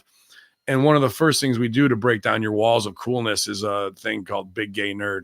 and in Chicago, where you're just making renegades, where you're just making crazy sounds and gibberish, and you're doing crazy things with your body that are outside of your comfort zone of, oh my God, people are looking at me and judging me. And when you can break that down, and Norman Smiley did with hockey pads and girl screams, as opposed to whatever it is, and the big wiggle and all that got over, bumps don't mean shit after that. You've had your entertainment section. And maybe a guy like Lars Sullivan never will do that, but at least he would know what it feels like to be able to get out of his comfort zone and do these exercises and do all that. So I imagine with the show Aspart, I just picture Dee, because I used to make her do all kinds of stupid, funny faces and shit like that when we go out, just to break down that level of, I have to be so cool, Dude, I'm thinking to myself just now, it hit me. Yeah. They're going to recycle that fucking jumpsuit, and Lars Sullivan is going to be the new fucking Brodus Clay. Why not, dude? If he would show that he got a laugh at NXT, absolutely he would. They would do that to bury him and not use him for whatever it is, and reinvent him like that. Major changes coming to commentary team. Michael Cole leaving for Raw. As noted, Nigel McGuinness has been removed from 205 Live commentary team in order to focus on the NXT brand, moving to the 2-hour live format starting next week at Full Sail. Brennan Williams will now be working under the name Dio Madden, and he will be taking his place alongside Aiden English and Vic Joseph. That'll not be the last major shakeup to the broadcast landscape, according to WrestleVotes on Twitter.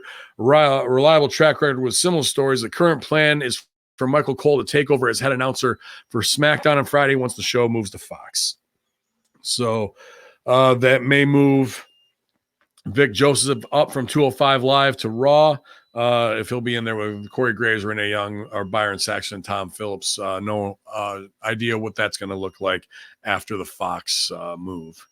So I'm thinking about that. By the way, I sent you the current SmackDown lineup of Jerry Lawler, Mauro Ranallo. Like, when did that ever happen, right? So no, dude, that's the only guy, or a Mike Goldberg, or both, that could give any sort of big fight feel to these matches.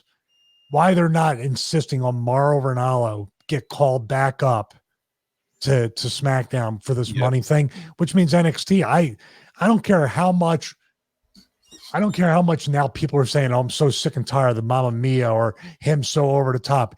We need that excitement. When you watch, there's a whole thing out there now with a GoPro. It's been out for a while of him reacting to everything. And it makes me like, wow, I got to see that match. Like, look at Morrow, man. That's a fucking announcer. Guys like him, guys like Howard Finkel, God bless his soul for coming back from the stroke. We don't have these, I guess, P.T. Barnum type big voices that make me feel like, now it's just like, what the fuck are these people that are sitting behind these counters or these tables and commenting? And why? And why in the world don't you have a fucking Jesse Ventura type guy? Like, why aren't you sitting there bigger than life, bigger than the announcers, to show that you're the athlete, you're the analyst, like an NFL Network or whatever. And or Tony Saragusa in the end zone, all that kind of stuff, right? Why aren't you the official voice there? Why? Yeah, that's what I mean too. Why don't you have if the locker room, which you should say is a dangerous, sacred place, why aren't you having former wrestlers interview current wrestlers? Like, only a wrestler can really survive the back. You have this little fucking. We saw that in the pre-show with Booker T cutting down Bailey on that shit promo. Yeah. That's how wrestlers look at other wrestlers nowadays. We're like, you got a fucking spot. You're a star. You can't cut a 30-second promo about your business and you're a fucking star. That's how veterans, real vets of the locker room from that era, look at these fucking children playing wrestler. They look at you as playing wrestler.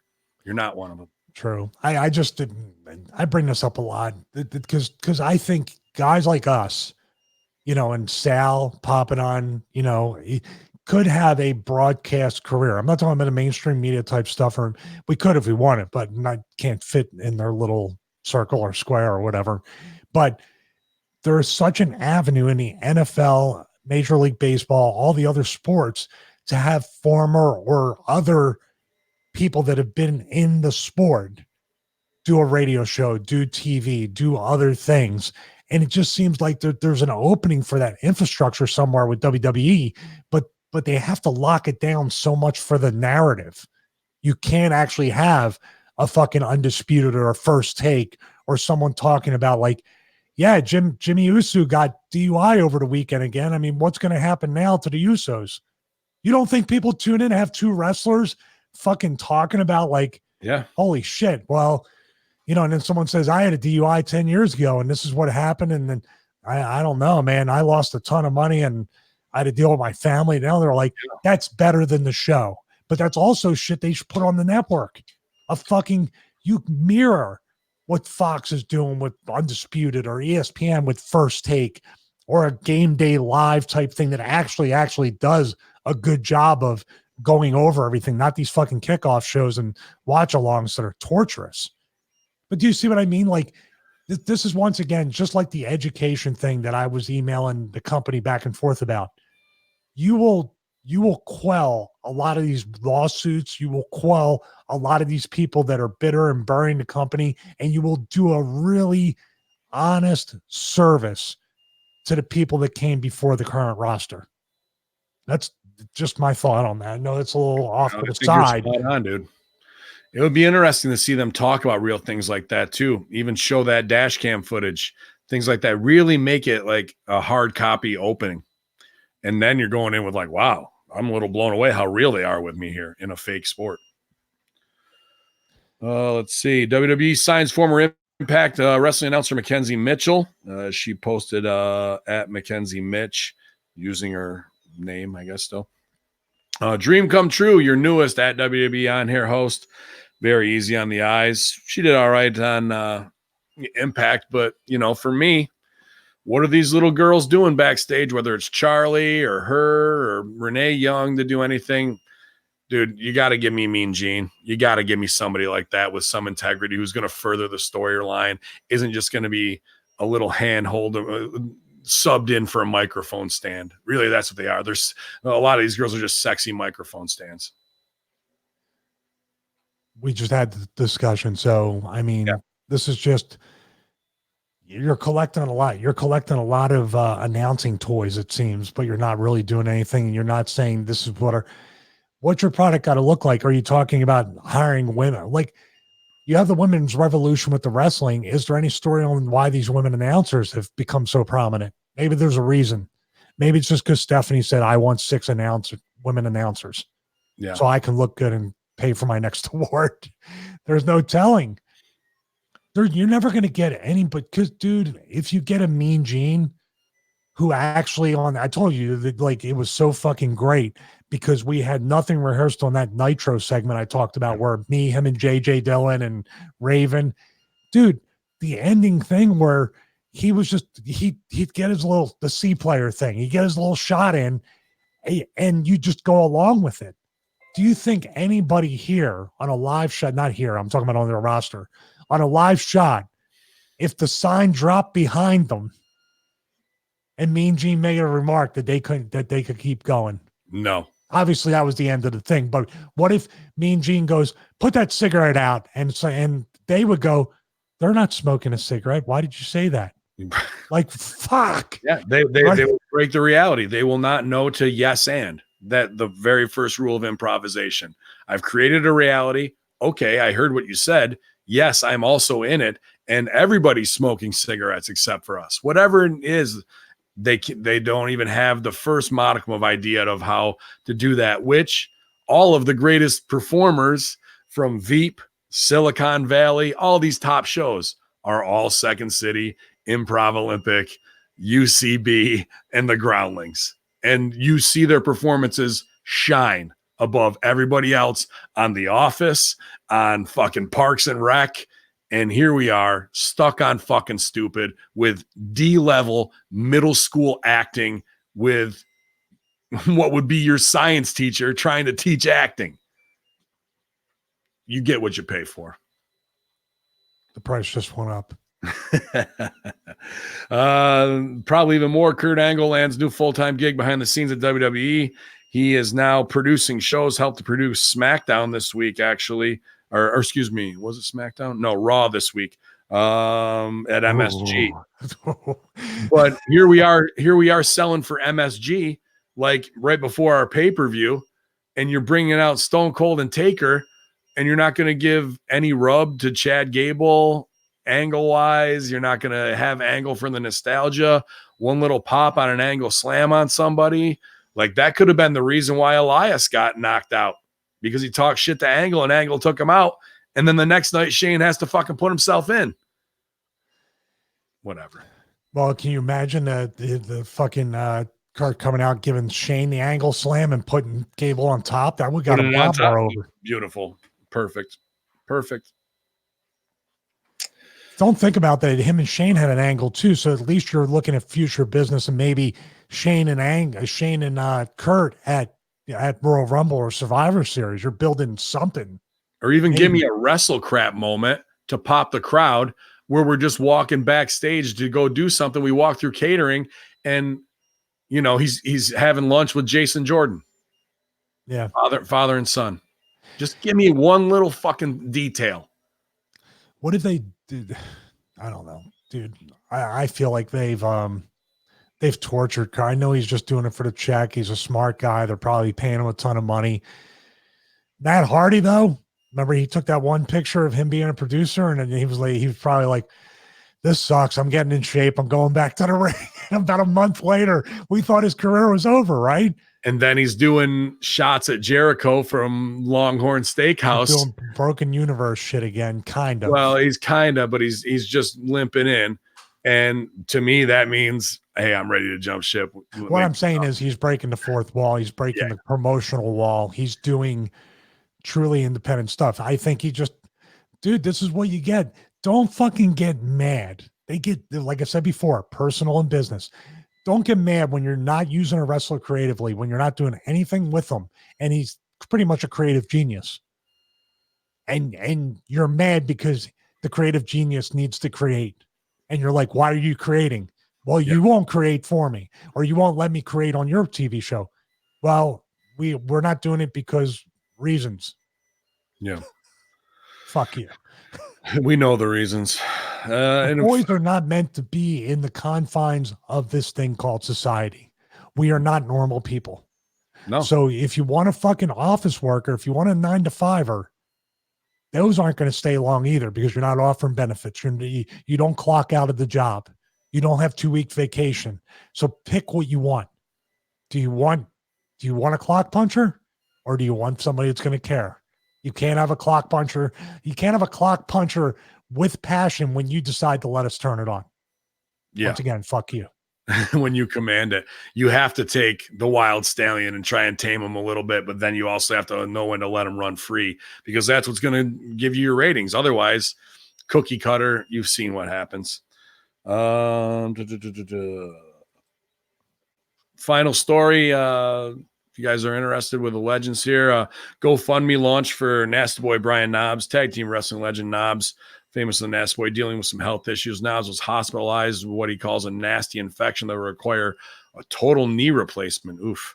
And like most Americans, Knobbs needs help raising money for medical bills. Knobbs' friend Fred Young has set up a GoFundMe. He says life can take a pretty big heel turn. An example of that is hit my good friend and wrestling legend Brian Nasty Boy Knobbs. Health issues are common in the industry, and Brian has endured many, all with a positive attitude and a nasty smile, but recently suffered a debilitating infection in his knee, calling for a total knee replacement with little insurance to cover the most basic health needs. Brian's now facing major struggles to cover minimal everyday costs like rent, food, and means to get around. He's literally facing a 3 count. His wife has been suffering with her own health issues for years now and depends on Brian's income from independent shows and convention jobs he can't do in his current status. Brian's helped so many people throughout the years and is a very prideful guy. He has his back against the wall, and until he can regain his health and continue to work, he is very low on options. It could be just months before he could be back in action, but Brian doesn't want to ask for help because he could use, he could use a tag in at this time. I humbly ask all family and friends to donate anything you can to help Brian as he goes through his trying time. As we know, this could be any one of us. All donations will go directly to Brian, and I know he'll appreciate anything you can give. GoFundMe that way, guys. Look up Nasty Boy Brian Knobs. Tough, especially in his age with that knee surgery. I'm sure he'll feel better, but going to be laid up, man. And if you're living hand to mouth as an independent guy, might be able to use some help. So whether you can buy a pro wrestling t-shirt, I'm not sure if Nasty Boys have something up there, or kick something in because you're a fan of them from listening to Pro Wrestling Reflection as we do the throwbacks here. That's what your bag is, man. I wanted to give him some shine that way. Yeah, he had a knee replacement before. I think that's when they were doing the Hogan Knows Best show. He was getting, or he was on the crutches. Well, was that Sags? No, that was Knobs. Knobs was over his house. I'm not saying that, but there could have been that means if it's a knee replacement and it's got that infection in there, I don't know if that adds to the problems. Because you're talking about foreign objects in there with an infection. That's not good. They got right now $3,557 of a $10,000 goal. It's got 2.7 thousand shares, so that's good news. So just share that and donate there. So 75 followers on it too. So if you want to follow the GoFundMe, see where he's at, so you can help get to the goal. Well, hopefully, David Starr will get all this figured out after he gets done damning Netanyahu, and we'll have a union, and maybe we'll get insurance one. What's that? Got to get your priorities straight. Sorry. I don't want to retweet David Icke and be called a racist again. As we wrap it up here, you guys, a big mailbag today full of hot shoots from the Ryback at the top. I'll be posting this and the Conspiracy Horseman on Friday, and also for Russo brand members, sending it over with them for the weekend, hopefully, to get that out for you. Just great shows all around. Good time with Master Shoot, as we're going to even amp that up, you guys. And obviously the franchise Shane Douglas. It'll be a banner week here at hackerhamin.podbean.com, Hacker Hamin on your iTunes. Appreciate all the numbers going up and everybody listening. We're going to have to figure out, I'm going to have to do it on the wall, CIA style, because as Fox debuts Friday and NXT and AEW go to Wednesday, we're going to have to redo the locker rooms. I'm not sure even if we'll switch days and how we're going to do it. I have to see and get everybody's schedule coordinated. So we appreciate you at the end of this month. Hopefully we'll have it wrapped up going into October, but it's definitely something we're going to have to figure out. So I'm sure we'll have all the producers in a kayfabe meeting, and I appreciate you just being patient with us and sticking to us, as there might be some transition stuff coming up. And hey, we'll switch it up and maybe do our own draft, but we always got the wild card where I can show up anywhere, pal. Stevie, good times, great oldies. How you holding up? That kind of wore me out. I don't know. It was my fault. I went on some tangents, so that's totally my fault. I just don't understand this business. Even after 28 plus years, I just don't understand. It becomes more confusing as time goes on. And then when we got to juggle the 9/11 shows and the deep state and all these other things, it's not easy. So I'm going to go outside and work out after this and get some sun. Get the one thing that's currently free in the world, sunlight. Right. Yeah, for now, until they will be charging for it, I'm sure, soon enough. I don't know if I'll get an outside workout in today. Probably go over to Planet Shitless because there's 90% chance of rain. Triple D wanted to play some golf, but I imagine we'll have to postpone that unless we can get it in later this afternoon. I don't really feel like getting the old wet foot, but I will have to post some new Dippin' Donuts picks here, as I got to catch up on my morning social media, post the locker room. Appreciate everybody giving us a follow. And ProWrestlingTees.com/BenHamin/Stevie Richards. Get something for yourself. Best way to support the platform.